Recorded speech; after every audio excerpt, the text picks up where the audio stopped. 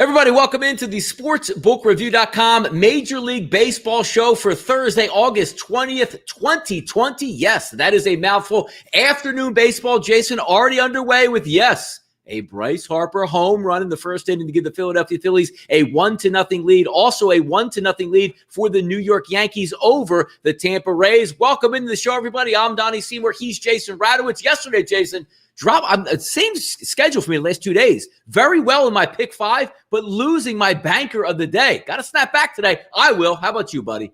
Yeah, of course. I want to bounce back as well. We had the Indians game minus 0.5 in the first five. That didn't go as planned. We had runners on the corners with no outs.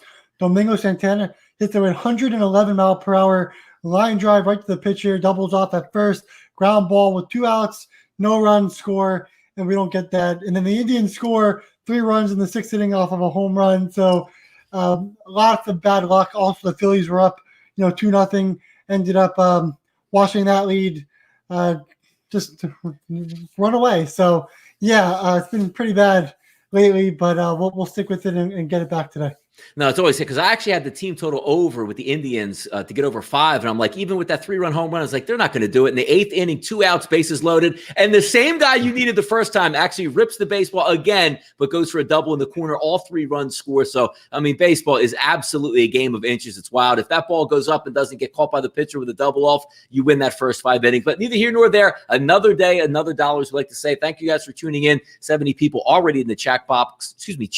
1 minute into the show. 66,600 people have hit that subscribe button. If you haven't turned that subscribe button from red into gray, you're not helping us out on the channel. So please do that and turn on the notification bell. Every time Jason and I go live right here on sportsbookreview.com, you'll get that major league content delivered in. Welcome in. We got James. We got Jonathan, DX, Raymond, Jeremy, Jonathan, and James again. Yes, I'll say James twice. There's James Ross and also James Hines in here. Let's get it started off. Why don't we start hitting right from the card? Now, there are some earlier games here, which we will get to, but we're going to go with what we usually do, top 5, top 6 games. Then we're going to open up to the floor. We'll probably be able to cruise through each and every one of these games here in about 30 to 35 minutes. Let's start here with Houston and Colorado, 905, 906. When we take a look at this game, it's Javier versus Marquez. 6 out of every 10 tickets here coming in on Colorado. Over-under opens up, Jason, at 11.5 offshore at SBRodds.com. Still sits at about 11.5 across the board, but the favorite has switched here. It was roughly a pick 'em in the favor, minus 108, minus 109 in the favor of Houston, but now we're seeing that go towards Marquez, and we're looking at 127, 126, 121s across the board here for the favorite Colorado Rockies. I joked yesterday,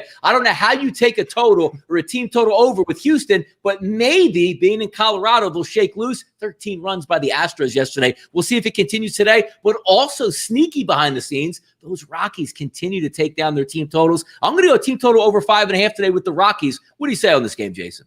Yeah, so we saw it last night, that game, first 5 innings went under.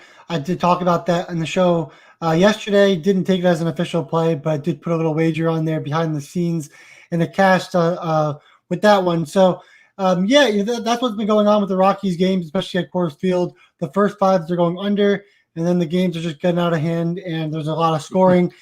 Maybe that happens again in this one. German Marquez has been really good this season. Has allowed 27 hits in 32 innings and 21 hits in his last 20.1 innings, but he still just allowed 2 earned runs in each game, along with 3 unearned runs on the season. So he's been pretty good, getting out of damage a little bit here and there. He's a guy with a solid ground ball rate, low hard contact, does have solid strikeout potential. So I definitely side with the Rockies in this game. Christian Javier, he's a guy that gives up low hard contact as well, but doesn't get those ground balls that Marquez does. Also has a high K percentage, but can walk batters at times as well. He's also allowed 4 home runs in 5 starts this season, which in 21.2 innings allowed 4 home runs. He is in Coors Field. Does that mean the Rockies have a little bit of power in this game? Potentially. So, for me, Javier, he's only allowed 11 hits on the season. Before have been for home runs. And, I would assume the Rockies could hit a couple home runs in this game as well, take the lead for Marquez early in this game, maybe hold on. So let's go with the Rockies here as the favorite now.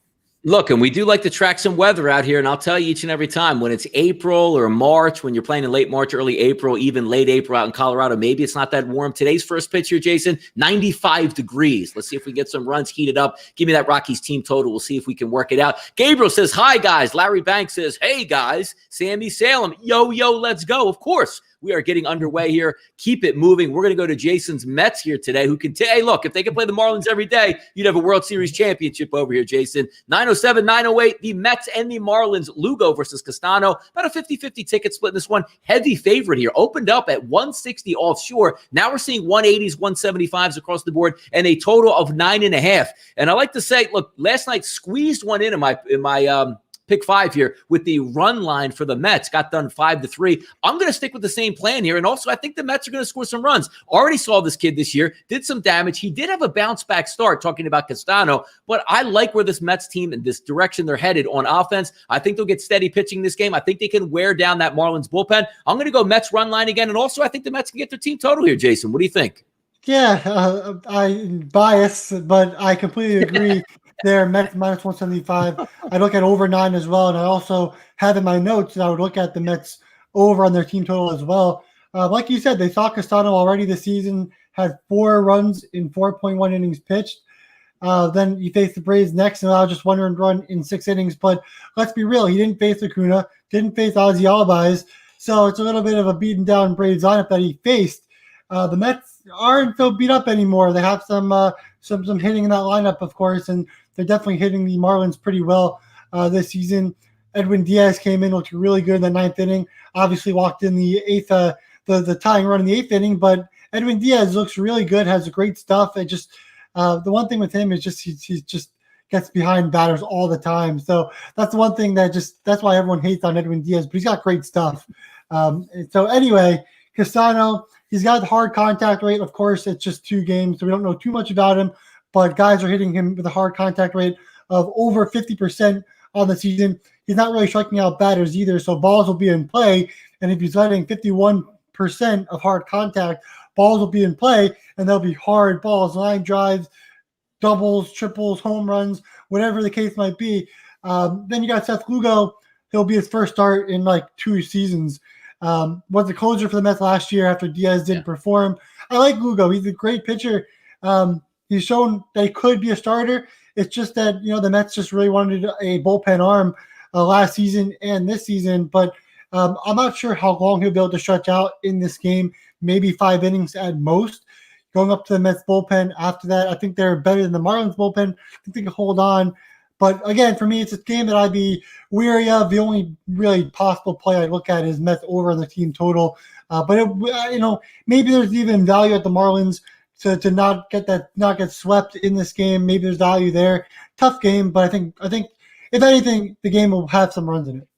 DX Filer says in the chat box, I bet the Marlins 3 days in a row, no more. And I guess maybe the COVID-infected Marlins are better than the healthy Marlins. We'll see how that continues today, but the Mets certainly looking for a sweep. And David Velasquez checking in. What's up, fellas? And keep in mind, guys, David Velasquez's brother Vince will be on the mound today for the Phillies in the second half of the doubleheader. 9-11, 9-12, Cleveland and Pittsburgh, Bieber and Williams. 7 out of every 10 tickets coming in on the Cleveland Indians. This is a high line. Opened up, Jason, around 200 offshore. We're now seeing 247s, even as high as 250 at Chris, and some New Jersey outlets showing as high as minus 265. When you get into the numbers here with the pitching matchup, obviously you like Bieber over Williams, but Williams has shown effectiveness. He can pound the strike zone. It's just a matter if you're going to make that contact work. But when you look at the Pittsburgh lineup, it comes down to this for me. I look at the numbers and I see Colin Moran is decent and everybody else stinks. How can I put my money on the Pittsburgh Pirates? Well, the question is, I can't. I don't think they're going to hit. And I think the matchup for Williams is decent against that Indians lineup. Maybe a similar type game yesterday. I'm actually going to take the under 8 runs in this game, Jason. Yeah, I'm glad that you did. I went a little bit tricky today, a little bit sneaky play here. It's an official play, so if you have it in your book, definitely take it. If not, you can kind of work around and find the play that works for you. I got under 0.5 runs for the Pirates in the first 3 innings, so I'm banking on Bieber mowing down those 3 guys, the top of the order or the first time through the order. No runs for Bieber. I got it at plus 100, so you're getting even money basically on Bieber stopping the Pirates in the first 3 innings and scoring no runs, like you had just said. The Pirates, their offense is miserable. Their batting average is poor. Everything about them is really poor. Let's be real. And Bieber, a guy coming off a 3-1 victory over the Tigers, looked really good through 7 innings versus the Tigers, pitched extraordinary. I think that Bieber mows down this Pirates lineup just like Savali did last night. He went complete game against the Pirates. And yeah, we talked about how Savali is a great pitcher, has an ERA of 2.96, but Savali going complete game versus the Pirates, that tells me everything you need to know about how bad the Pirates offense is. So I'm going under 0.5 runs in the first 3 innings. Of course, if you have that 5-inning line instead, I agree with that. It's probably around 1.5. I like that too. If you have just the first inning for the Pirates, I like that as well. And also, you can't really rely on the Indians' offense to do much damage either, as we saw last night. Of course, they got going towards the end of the game, but that Indians' offense is impossible to figure out. So maybe under for both teams in the first 5 innings. No, I agree with you there, because you're not going to put that much pressure on. It's one of those things when you know you have a pitcher that can handle that lineup, maybe the offense doesn't stress out so much. Hey, let's scratch across 2 or 3 runs. Almost like that DeGrom rule that you watch just about each and every year, Jason, up in New York, where they say, hey, we get 2, we're good to go in this game. We don't have to worry about anything. We'll see what happens, but obviously it's a big favorite. And one of those things, Jason, you like to say sometimes, hey, maybe it's a parlay piece that you want to throw in there. I can't see Cleveland losing to Pittsburgh, so we'll do the show tomorrow with Pittsburgh with a 4-1 win guaranteed on that. 9:19, 9:20, 8 o'clock start tonight, actually 8:15, Cincinnati and St. Louis, about a 50-50 ticket split here. Opened up at 125 as a favorite for the Cincinnati Reds. We're now seeing some movement here up to 140, 145s across the board with an over-under that opened up at 8 and now sits at 8.5. I think Sonny Gray is going to do pretty well in this game tonight. When you take a look at Wainwright, that crafty veteran, obviously I think Cincinnati's the better play tonight, but I'm actually going to go again with what I went with last game. There was an under 8, now it's 8.5 in this game. I'm going to lean on the under 8.5 in this game. I think Sonny Gray should do a decent job against that St. Louis Cardinals lineup and vice versa with Wainwright. Give me the under 8.5 in this game here. Yeah, that's fair. I would even lean towards under 8.5 as well. I think the Reds, like you said, have a little bit of an edge there at -135. Sonny Gray has showed a lot throughout the season. He's looked really good. A high amount of strikeouts. Does have 9 walks in 30.2 innings, but again, he's looked really good. Has exceeded 100 pitches in the last 3 games. Had 10 strikeouts and 1 walk versus the Pirates in his last start.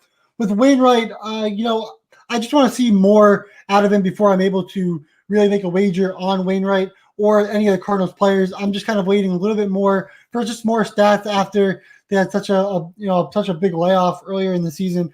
Of course, they looked really good since coming back. I like the Cardinals as well, but Sonny Gray has really just done a great job. Wainwright has looked good too. Allowed just 1 earned run in both games this season, I believe. So yeah, he's looked good. But I think Gray has more potential throughout this entire season. Definitely has the better stuff this season. So I'd go with Sonny Gray and the Reds at -135 and also under 8.5.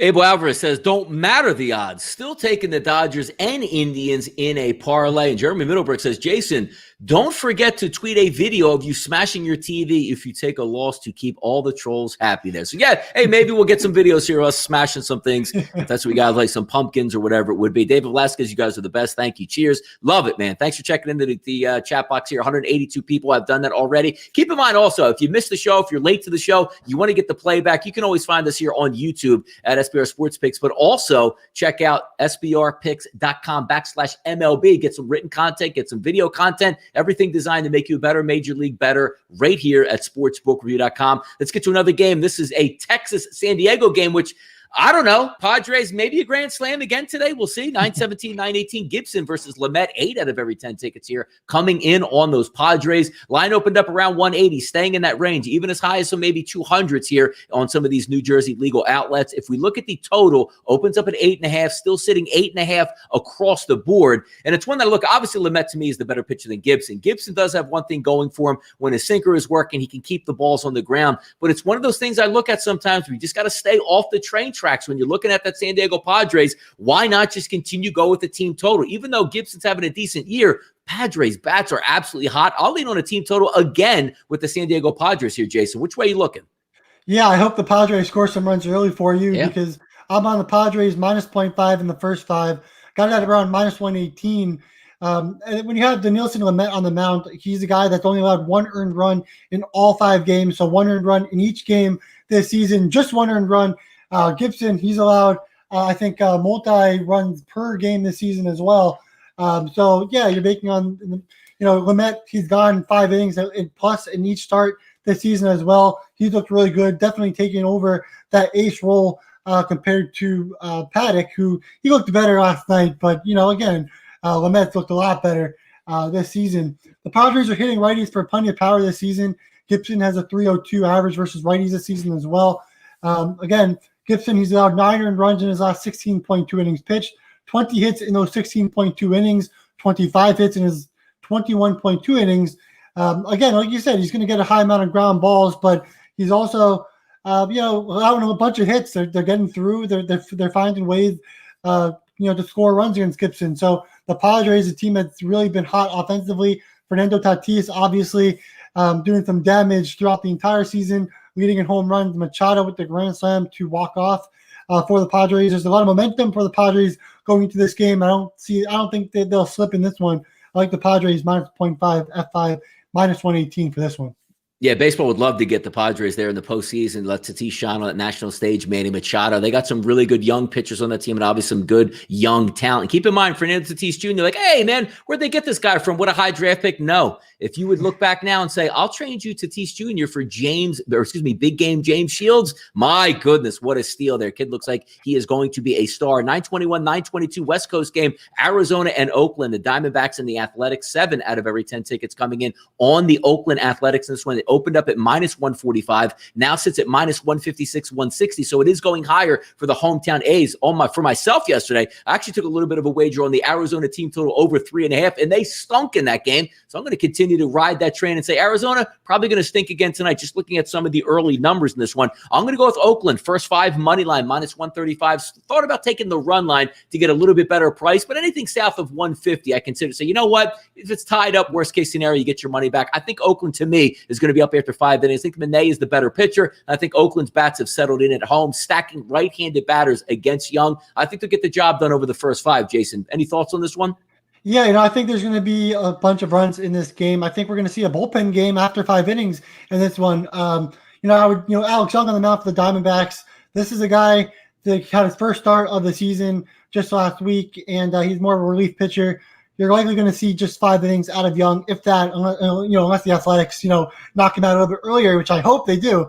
But yeah, Young has a 5.33 FIP, 3.86 ERA, so been a bit lucky to start the season with more innings under his belt in this game. I think the Athletics definitely get to him. But on the other hand, you have Sean Manaea on the mound, 7.65 ERA, a 4.02 FIP. Manaea, he's allowed heavy hard contact, as does Young. They both allow heavy hard contact. He's allowed 20 runs in 20 innings pitched this season, has allowed multiple runs in 5 starts this season as well. But guys are batting with a 325 average, with righties and lefties hitting over 300 or above against Manaea. So, yeah, I'm making on a lot of runs. I'm making on a lot of runs in this game. I did get over 9 earlier last night. Now it looks like it's around 8.5. So, yeah, the line's moving a little bit. Not in our favor, but if you guys haven't taken that wager yet, over 8.5 is around minus 110, minus 115. I got over 9 at around minus 110, minus 115. But that's at now plus 105. So let's hope for an Athletics 3-2 start in the first 5 innings for you there. There you go. Yeah, I hope a ton of runs in this game, but hopefully Manaea can just do a little bit more than Young can. No, I agree with you there. Elliot V says in the chat box, my friend went against all my picks, parlayed them, and won $2,000. Well, hey, Elliot, share some of those fades in the chat box with the rest of the people out here. We like to share because we care over here. We can all win some money off that. 200 people watching live here about 20 minutes into the show. In about 10 minutes, Jason and I will go over our best bets and bankers so we can cash in tonight and get back on that gravy train here. Let's keep going. So we do have our pick 5, pick 6 out in the open. There is a game today at 2 o'clock starting in roughly about 20 minutes. That's 9:03, 9:04. Detroit and Chicago, Turnbull versus Giolito. About a 50-50 ticket split and a heavy ticket number here, a heavy price coming in opening at 178. That's now down to about 160. So some money coming in on Detroit. I can't trust Detroit. I just look at that lineup, Jason. I say, if you're looking between pitcher to pitcher, we know Giolito hasn't been great by any stretch this year. Turnbull Turnbull hasn't been great by any stretch, but when you go lineup to lineup, man for man, you look at the White Sox and go, you know what? Some of these guys can go yard. It's an 82-degree day in Chicago. And you look at that Detroit lineup and you're like, who's this guy? What's this guy doing? And why is this guy in the majors? It's a high price to lean on. In these situations where two pitchers I don't think are dominant, I think we get some hits in, warmer weather. I lean on the over 8.5, but I don't know if I would trust the Chicago White Sox laying like a 160, 165 here. Yeah, like you said, this is a game where you have two pitchers that are what they are, right? So Turnbull, he looked pretty good throughout his starts, and then he had a little bit of a hiccup in his last game against, I think it was the Indians. But yeah, I mean, the guy still has a 2.85 FIP on the season. Giolito 4.06 FIP on the season. I think Turnbull is the better pitcher here. I know obviously Giolito is the better pitcher, but I think Turnbull is the better pitcher in this season. So if I had to make a play on this one, and of course I'm not because there's so many factors, so many different scenarios that could happen in this game. I think the Tigers at plus 140 have some value there. I even lean towards over 8.5. I think the Tigers, they've hit a lot, during day games recently. And Giolito, he's struggled. He's really struggled a lot. And I don't know if it's going to stop here. He's going to get plenty of ground balls, but he's going to lack ground balls, but get plenty of strikeouts. But Giolito, yeah, I don't know. I mean, there could be some solid contact against him in this game for the Tigers. They do show up at times, that offense does. And Giolito, he's allowed multiple runs in 4 of his 5 outings to start the season, 24 hits in 27.2 innings pitched, 16 runs, and also 15 walks in 5 games too. I'd lean more towards Turnbull here and Tigers at plus 140. No, I hear you. I certainly hear you. It's nice. Little 2 o'clock afternoon game. You already had 2 games start at 1 o'clock. And just to give you some updates there out in the chat box, if you're not watching, the New York Yankees 1-0 in the bottom of the second inning, and the Philadelphia Phillies 1-0 against Toronto in the bottom of the second inning as well. So both those games on an even pace. 9:09, 9:10 Camden Yards, and that's Boston and Baltimore at Nate Eovaldi versus Wojciechowski. Not ESPN, since we're having basketball. This is a different Woj down in Baltimore. If you take a look, 7 out of every 10 tickets here coming in on Baltimore. This line opened up at 120 as a favorite for the Boston Red Sox, fresh off their win against my Philadelphia Phillies. Now sitting in that 140 range and an even number of 10 across the board. My first incline, I don't have a bet on this game, but I just look at this and I see these two pitchers, these two offenses, hittable, obviously, in the Camden Yards. And I lean towards 10. I lean toward the over 10 automatically. But I also look at this game and say, Boston probably is the better team, but not this year. So if I'm going to see a team at home getting what, plus 130, plus 135 in that range, I might lean on Baltimore as a flyer here as a dog too. Yeah, Asher Wojciechowski, yeah, this guy, the Orioles have actually won the last 2 games with him on the mound. Both were against the Nationals, but I mean, yeah, the Orioles won their last 2 games with him on the mound. Yeah, I don't know. I mean, he still has a 5.91 FIP, which is atrocious, a 4.34 ERA. Yeah, I mean, the guy doesn't get many ground balls, in his starts. I think the Red Sox have enough offense to get to Asher. But then on the other hand, Eovaldi, if you watch his last game, you might have just blinked and he might have been off the mound. He allowed 8 runs in that game, 2 walks, 3 home runs. He's now allowed 15 earned runs in his last 16.1 innings, 21 hits in those 16.1 innings. He did well versus the Orioles in his opening day. Just allowed 5 hits in 6 innings with 1 run, 4 strikeouts, 1 walk, and did have 12 ground balls. 12 ground balls in that game, which is really high for any pitcher, especially in just 6 innings to get 12 ground balls versus the Orioles. I think the Red Sox get the win here at minus 140, but I'd also lean towards over 9.5. I saw that earlier. Now I see it's at 10, so looks like I was on the right side on that one. But yeah, nice yeah, exactly. So yeah, I think over 9.5 is a good play. I think the Red Sox definitely sneak by with this win, but of course it's a game that I'm not really sure about. So I would definitely stay away from this game, personally. How about 6-4 final yesterday? You would think that was the Dodgers beating the Mariners, but not the case. That was the Mariners beating the Dodgers. 2 lefties on the mound today, Kershaw and Kikuchi. Of course, over 8 out of every 10 tickets here coming in on the Dodgers today. Look at this price, Jason. Opens up 230. We now sit in that 280 range as a road favorite. The over-under of 9 now sitting at 8.5. Now, normally we look, and I say last year, like, hey, anytime we get Kikuchi on the mound, he's eventually going to give out, go 3 to 4 innings, and then he's going to implode. But he has an xFIP this year of 3.08, a K percentage around 26%, and he's doing the job. Weighted on base average to lefties, 298. Weighted on base average to righties, 275. And when we take a look at, obviously, Seattle, you're going up against Clayton Kershaw, one of the best to ever do it. XFIP in that 2.5 range, which is insanely low. Am I wrong to say in a Dodgers game, I'm going to lean on the under in this one? Yeah, you're not wrong at all. If you look at the Dodgers, they've struggled versus lefties this season as well. It'll be an interesting matchup. I mean, you're basically just the odds makers are just saying, hey, it's Kershaw versus Kikuchi. We're going to up the line here, but it's a lot closer of a game than putting the Mariners at plus 250 underdogs. Mm-hmm. I think there's value there for sure, especially like you said, if this game's going to be under, it's going to be a close game, and maybe the Mariners squeak by with a win here. I definitely think there's value on the Mariners going up against Kershaw. I feel weird saying it. I don't want to say it. I don't want to take it, and I'm not going to take it. But, the Dodgers have struggled versus lefties this season. That's really it. So Kikuchi's look good, 2.21 FIP in 3 games started this season. Kershaw, 4.59 FIP, 2.65 ERA. So Kikuchi has a 5.28 ERA, 2.21 FIP. He's been a bit unlucky. Kershaw has been very lucky to start the season. Maybe things change today.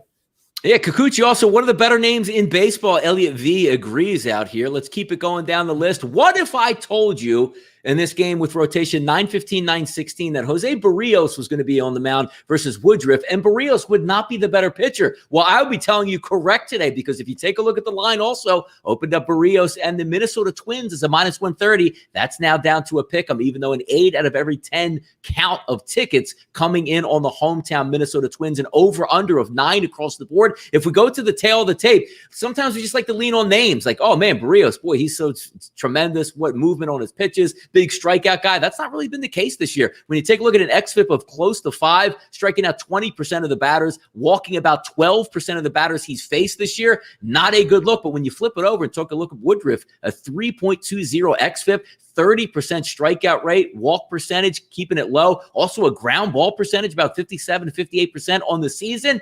I'm going with Milwaukee in this game here. Give me the money line on the Brewers here, Jason. Yeah, I'm with you here. Brewers minus 105 seems like a great play for Woodruff being on the mound here. Again, Woodruff, 55.4% ground ball rate, 3.16 ERA, 3.24 FIP. Barrios has looked pretty bad throughout the entire season, right? A 5.01 FIP, 5.92 ERA. His strikeouts are down. His walks are up. His home run rate is higher.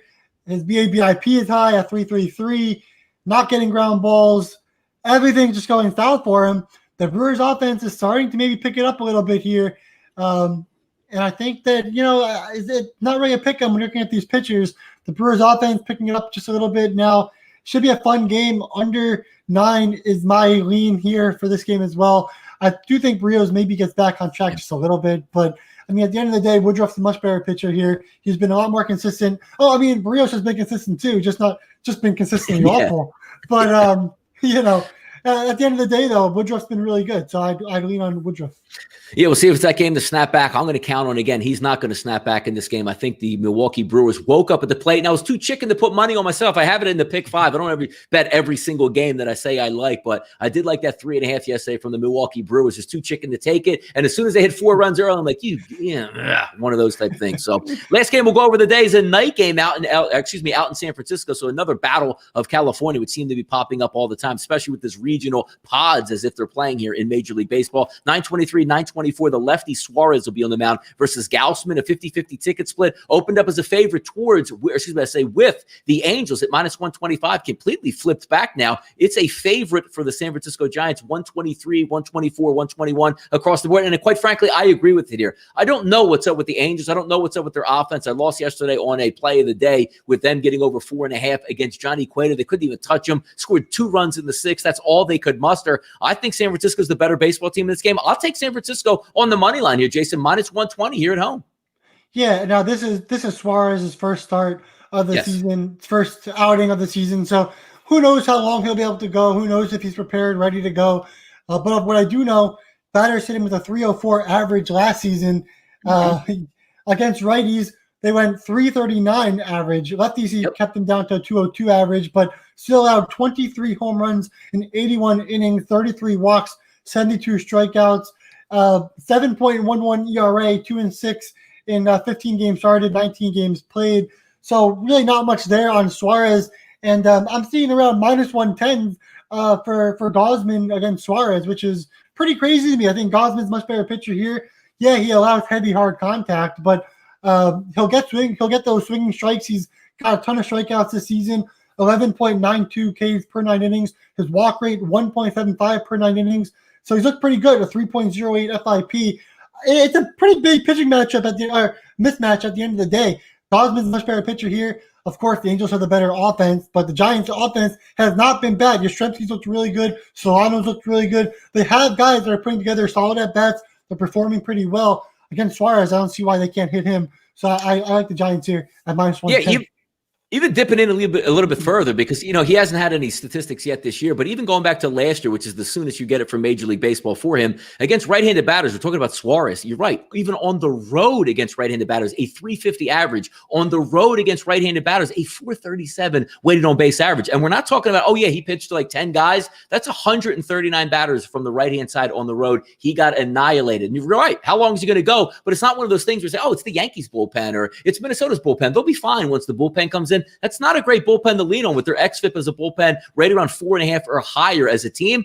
I think it might get some runs, but I do think the San Francisco Giants are able to pull this one out. Well, look at that, Jason. 30 minutes through. The only games we left out, obviously, were the second half of the doubleheader for the Philadelphia Phillies, but it's time for some best bets and bankers, and you just heard the ones that we were going over here. I'm going to go with I don't want to say a fade of the public play, but I really like this play, and I think it makes sense. I'm going -105 here. I'm going to go with the Milwaukee Brewers as my banker of the day. I think I get a great pitching matchup start out of Woodruff. I think the bats have finally come alive for the Milwaukee Brewers. Going against the public does feel a little bit good, but I just think I'm getting the better pitching matchup here. Barrios is a name this year as opposed to putting together what he used to do in the past, and I'm going to ride that train until Barrios proves me different. Give me the Milwaukee Brewers today, -105 on the money line as my banker of the day. Jason, take it away. Yeah, I like that play. What I'm going to look at is the Pirates-Indians game, under 0.5 runs for the Pirates in the first 3 innings. Banking on Bieber, obviously getting the start against the Pirates. Pirates are the worst offensive team in the league, and Bieber, one of the better pitchers in the league, if not the best pitcher in the league. Going to bank on him going scoreless in those first 3 innings. So that's at +100. So under 0.5 runs for the Pirates in the first 3 innings is one of my plays. We're also going to go to the Padres, -0.5 in the first 5 at -118. That is my banker play of the day. So Padres -0.5 in the first 5 innings at -118 over the Rangers and Kyle Gibson with the Nielsen Lamet on the mound for the Padres. My last play is over 9. I got to have +110 or -110. But now I'm seeing that 8.5 range at around -110 as well. So you guys could probably get the better play compared to me. But if it goes over 8.5, it's at least a push for me. So over 9, another play for me in the Diamondbacks A's game. And then lastly, now that I'm seeing Suarez as the pitcher for the Angels, we just talked about it on air. I'm going to be making this an official play now because Donnie and I, you guys, we're all just figured it out on air that this is a crazy play. So we're going to look at the Giants in the first 5 innings on the money line. We're just going to worry about the first 5 innings. We know the Giants bullpen has not been good. They've been blowing a ton of leads, but I'm going to be putting that in after the show, going right to the Giants in the first 5 on the money line. Not sure what the line is. Haven't even looked at it, but it's going in. We're going against Suarez here. So we have a bunch of late night games, which will be really tiring tomorrow. So if I'm a little tired tomorrow on the show, you guys understand why. Hopefully we get the wins, though. And as the old moniker goes there, if you're paying juice and it doesn't lose, you don't really have any juice anyway. So let's file in that San Francisco Giants game as a winner out here. Elliot B says, Barrios watches the show. I hope he does. I hope he's angry. I hope he overthrows tonight and gives me a nice winner on my Milwaukee Brewers. Well, we did it all under 35 minutes, got through the entire card, got some winners out here, some information back and forth. Thanks to the 250 people that are watching currently here in the chat box. If you haven't done so yet, hit that subscribe button. If you missed the show, if you just came in, oh no, I missed Donnie and Jason, click that button below there, SBRpicks.com/MLB. That link takes you to everything we're going to go over. You see the show recap. You'll see write-ups. You'll see other videos. It's designed, again, to make you a better Major League Baseball better. For Jason Radowitz, I'm Donnie Seymour. This is SportsBookView.com, and this is your